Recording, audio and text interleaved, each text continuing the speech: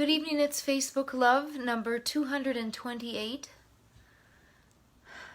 I hope you're doing well today. Chicago has been strangely warm and it's very, very windy.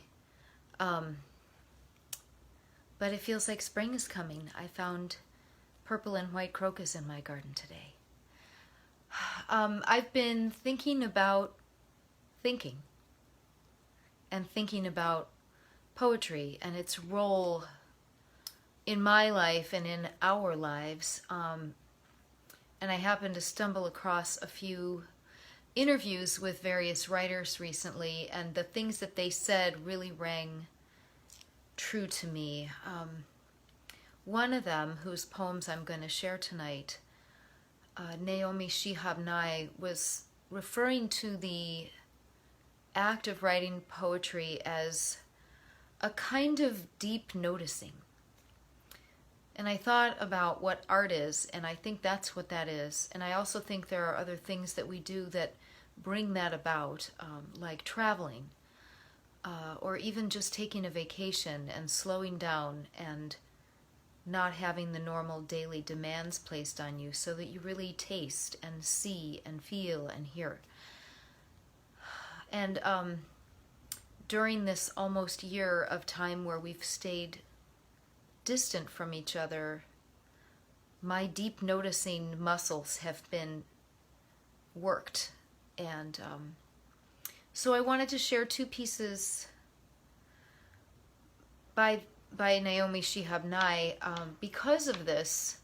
Also, she said something that really struck me about the way that when you're writing a poem, it's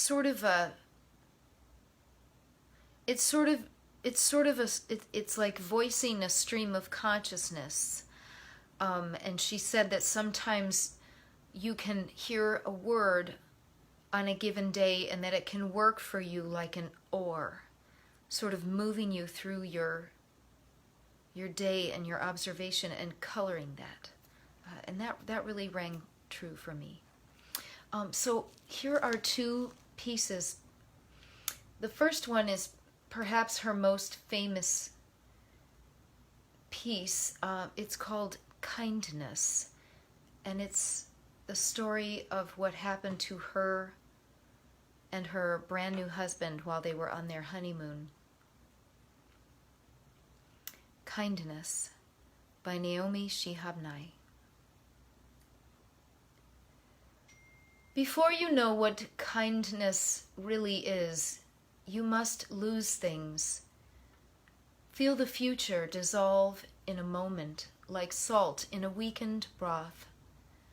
What you held in your hand, what you counted and carefully saved, all this must go, so you know how desolate the landscape can be between the regions of kindness. How you ride and ride, thinking the bus will never stop. The passengers eating maize and chicken will stare out the window forever. Before you learn the tender gravity of kindness, you must travel where the Indian in a white poncho lies dead by the side of the road. You must see how this could be you, how he too was someone who journeyed through the night with plans and the simple breath that kept him alive. Before you know kindness as the deepest thing inside, you must know sorrow as the other deepest thing. You must wake up with sorrow. You must speak to it till your voice catches the thread of all sorrows and you see the size of the cloth. Then it is only kindness that makes sense anymore. Only kindness that ties your shoes and sends you out into the day to gaze at bread. Only kindness that raises its head from the crowd of the world to say, "It is I you have been looking for," and then goes with you everywhere, like a shadow or a friend. Kindness by Naomi Shihab.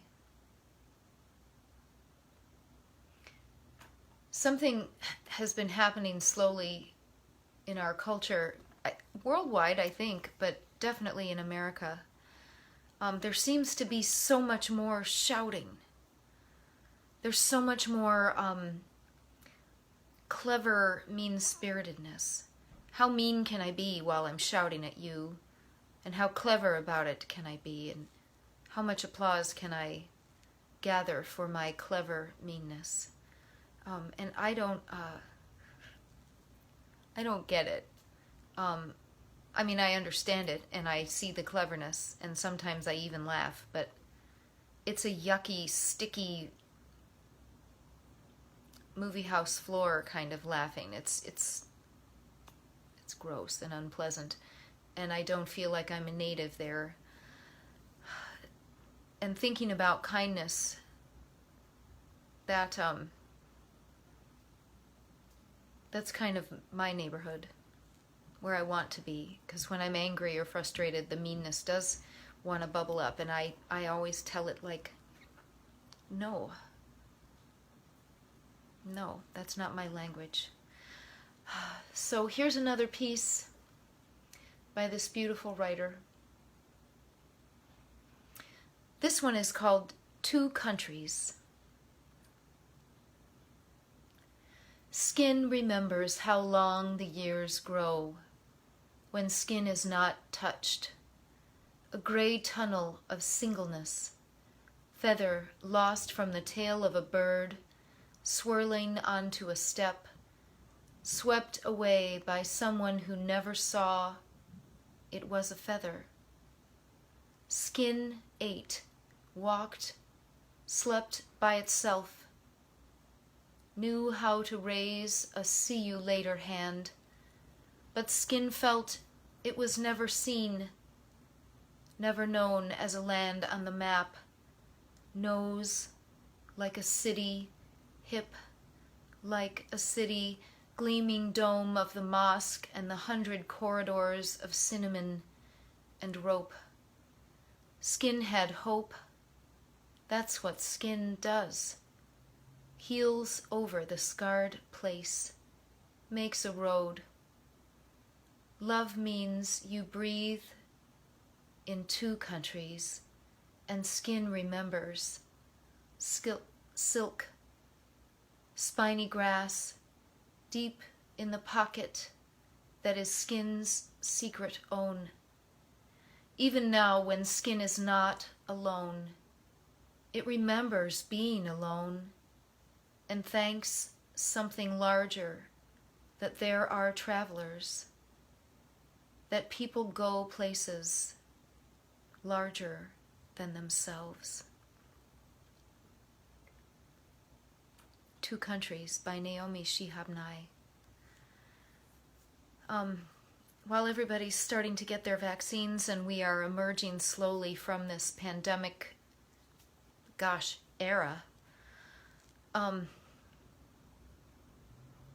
I feel a strangeness about it, both a longing for people and also an anxiety about going back to touching people and being near them. I miss it terribly, and yet I'm a little afraid and out of practice.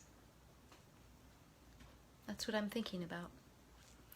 This is Facebook Love, number 228, and I'll see you again.